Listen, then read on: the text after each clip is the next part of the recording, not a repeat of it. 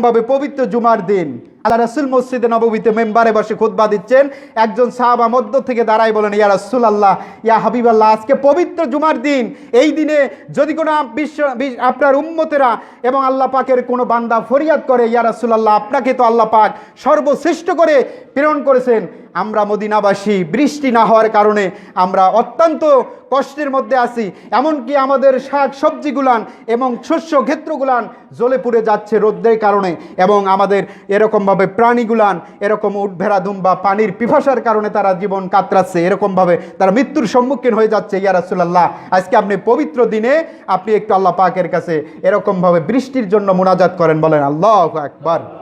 এরকমভাবে আমরা করি কি করি না? এই যেমন আমাদের গত কয়েক বছর হয়ে গেল, এত আল্লাহ রাব্বুল আলামিন আমাদের মাঝে কিছু কিছু গজব দিয়েছেন যে বৃষ্টি আমরা পাই না, মানুষ অতিষ্ঠ হয়ে যায়, মানুষ ধৈর্যহারা হয়ে যায়, এরকম সে সময়ে হয়েছিল। সম্মানিত বন্ধুগণ আমার, আল্লাহ রাসূল সাল্লাল্লাহু আলাইহি সাল্লাম ওই মুহূর্তে পবিত্র জুমার দিনে আল্লাহ পাকের কাছে এরকমভাবে যখন ফরিয়াদ করলেন, হে মালিক, আমার গোত্রের লোকেরা, আমার মদিনাবাসীরা, আমার আরবের লোকেরা, গোটা বিশ্ববাসীরা বৃষ্টি না থাকার কারণে তাদের শস্য ক্ষেত্র তাদের জ্বলে পুড়ে যাচ্ছে, এবং কি জন্তুগুলান পানির পিপাসার কারণে তারা শেষ হয়ে যাচ্ছে। আল্লাহ পাকের কাছে বিশ্ব নবী জনাবে মুহাম্মদুর রাসূলুল্লাহ সাল্লাল্লাহু আলাইহি সাল্লাম খুতবা দানকালে এরকমভাবে মুনাজাত করলেন।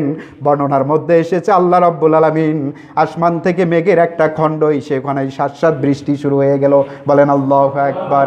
এরকম ভাবে বৃষ্টি দেওয়ার পর সকল সাহাবায়ে কেরামের মনে শান্তি আসলো, প্রাণীকুলের মাঝে স্বস্তি আসলো, এবং সমস্ত তরুলতা গাছপালা শান্তি পেতে থাকলো।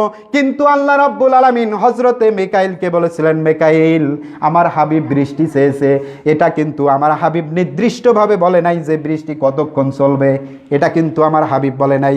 ও মিকাইল, তোমার কাছে যে দায়িত্ব আছে বৃষ্টি বর্ষণ করার, সুতরাং তুমি আমার হাবিবের কথা অনুযায়ী তুমি যতক্ষণ না আমার হাবিব বলবে বৃষ্টি আর লাগবে না, ততক্ষণ পর্যন্ত তুমি বৃষ্টি বর্ষণ হইতেই থাকো, বলেন আল্লাহু আকবার। সম্মানিত বন্ধুগণ আমার, কিতাবের মধ্যে দেখলাম এরকমভাবে আল্লাহ রাসূল সাল্লাল্লাহু আলাইহি সাল্লাম শুক্রবারের দিন দোয়া করেছিলেন, শুক্রবার, শনিবার, রোববার, সোমবার, মঙ্গলবার, বৃহস্পতিবার, এবং পরের সপ্তাহের মধ্যে যখন আল্লাহ রাসূল সাল্লাল্লাহু আলাইহি সাল্লাম আবার খুতবা দানের জন্য এরকম মেম্বারে দাঁড়ায় গেলেন, আল্লাহ রাসূলের সাহাবায়ে কেরাম বলতেছেন, ইয়া রাসূলুল্লাহ, ইয়া হাবিবাল্লাহ, গত সপ্তাহে আপনি বৃষ্টির জন্য দোয়া করেছেন, আমাদের বৃষ্টি এত অতিরিক্ত হয়ে গিয়েছে যার কারণে আমাদের ভেড়াদুম বা উটবাছুর সমস্ত কিছু কষ্টের মধ্যে স্বীকার করছে, কষ্টের মধ্যে আমরা জীবন যাপন করছি অতি বৃষ্টি হওয়ার কারণে। ইয়া রাসূলুল্লাহ, আপনি আল্লাহ পাকের কাছে ফরিয়াদ করুন। বর্ণনার মধ্যে এসেছে আল্লাহ রাব্বুল আলামিন পরের সপ্তাহের দিনে ওই জুমার দিনে মেম্বারে বসে যখন দোয়া করলেন, আল্লাহ রাব্বুল আলামিন সঙ্গে সঙ্গে বৃষ্টি বন্ধ করে দিলেন, বলেন আল্লাহু আকবার। তাহলে আমার নবীর সব দিক থেকে আল্লাহ পাক রাজি হয়ে গিয়েছেন, কথা বলেন ঠিক না বেঠিক?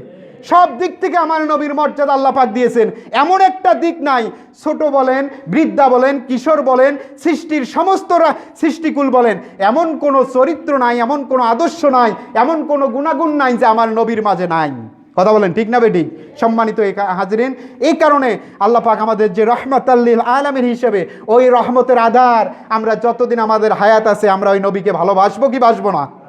এবং নবীর বিরুদ্ধে যারাই কথা বলবে, আমরা কিয়ামতের পূর্ব মুহূর্ত পর্যন্ত যত তার উম্মতে মুহাম্মাদি আসবে, সকল মুমিনের দায়িত্ব হলো যে নবীর বিরুদ্ধে যারাই কথা বলবে তাদের বিরুদ্ধে সোচ্চার হতে হবে, বলেন আল্লাহু আকবার। সম্মানিত হাজিরিন, আমরা উদাত্ত আহ্বান জানাই, যারা নবীর বিরুদ্ধে কথা বলবে আল্লাহ পাক তাদেরকে গজব দিয়ে ধলাই করে দুনিয়ার থেকে শেষ করে দেব, বলেন আল্লাহুম্মা আমিন। আখিরাত দাওয়ানা আলহামদুলিল্লাহি রাব্বিল আলামিন। আসসালামু আলাইকুম ওয়া রাহমাতুল্লাহ। সুন্নাত